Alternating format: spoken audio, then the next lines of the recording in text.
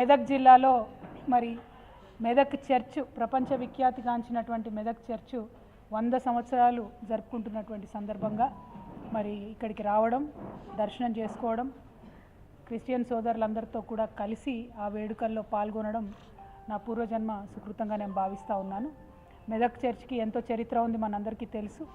100 సంవత్సరాల క్రితం ఇక్కడికి వచ్చి మరి దాదాపు అప్పటి పైసలలో చూసుకుంటే 14 లక్షల రూపాయలు ఆనాడే ఖర్చు పెట్టి ఒక 10,000 మందికి ఆహారం ఇచ్చేటటువంటిగా, ఉపాధి కల్పించేటట్టుగా అల్టిమేట్గా పనిచేసి అనేక సేవా కార్యక్రమాలు చేస్తూ మరి మన తెలంగాణకు తలమానికంగా నిలబడి ఏషియాలో 2వ అతిపెద్ద చర్చిగా పేరుగాంచినటువంటి ఈ చర్చ్ దర్శించుకోవడం అన్నది మామూలు విషయం కాదు.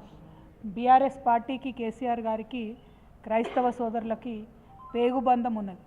ఆనాడు తెలంగాణ ఉద్యమం కోసం మేమందరం కూడా కొట్లాడుతుంటే ప్రార్థన చేయని చర్చి లేదు, పాల్గొనని క్రైస్తవుడు లేడు.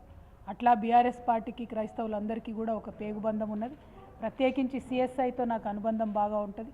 మరి వారు వచ్చి ఆహ్వానించినప్పుడు మా ఎమ్మెల్సీలను అందరినీ కూడా మరి మేమందరం కూడా వస్తామని చెప్పి ఈరోజు రావడం జరిగింది. ఫైనలీ రావడం, అందరితో పాటు వేడుకల్లో పాల్గొనడం, ఆ క్రీస్తు ప్రభు దయ వల్ల మరి మన తెలంగాణ సుభిక్షంగా ఉండాలని చెప్పి మనస్ఫూర్తిగా నేను కోరుకుంటా ఉన్నాను.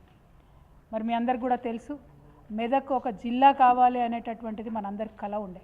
అది కేవలం తెలంగాణ రాష్ట్రం ఏర్పడ్డ తర్వాత గౌరవ ముఖ్యమంత్రి, ఆనాటి ముఖ్యమంత్రి కేసీఆర్ గారి ఆధ్వర్యంలో మెదక్ని మనం జిల్లాగా ఏర్పాటు చేసుకున్నాం. జిల్లాని ఏర్పాటు చేసుకోవడంతోనే అన్ని హంగులు కూడా మన జిల్లాకు వచ్చినాయి.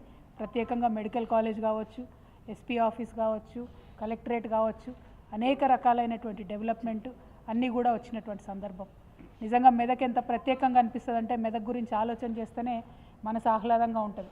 అమ్మగారు ఊరు కాబట్టి నాకు కొంచెం ఆ ప్రేమ కూడా ఉంటుంది.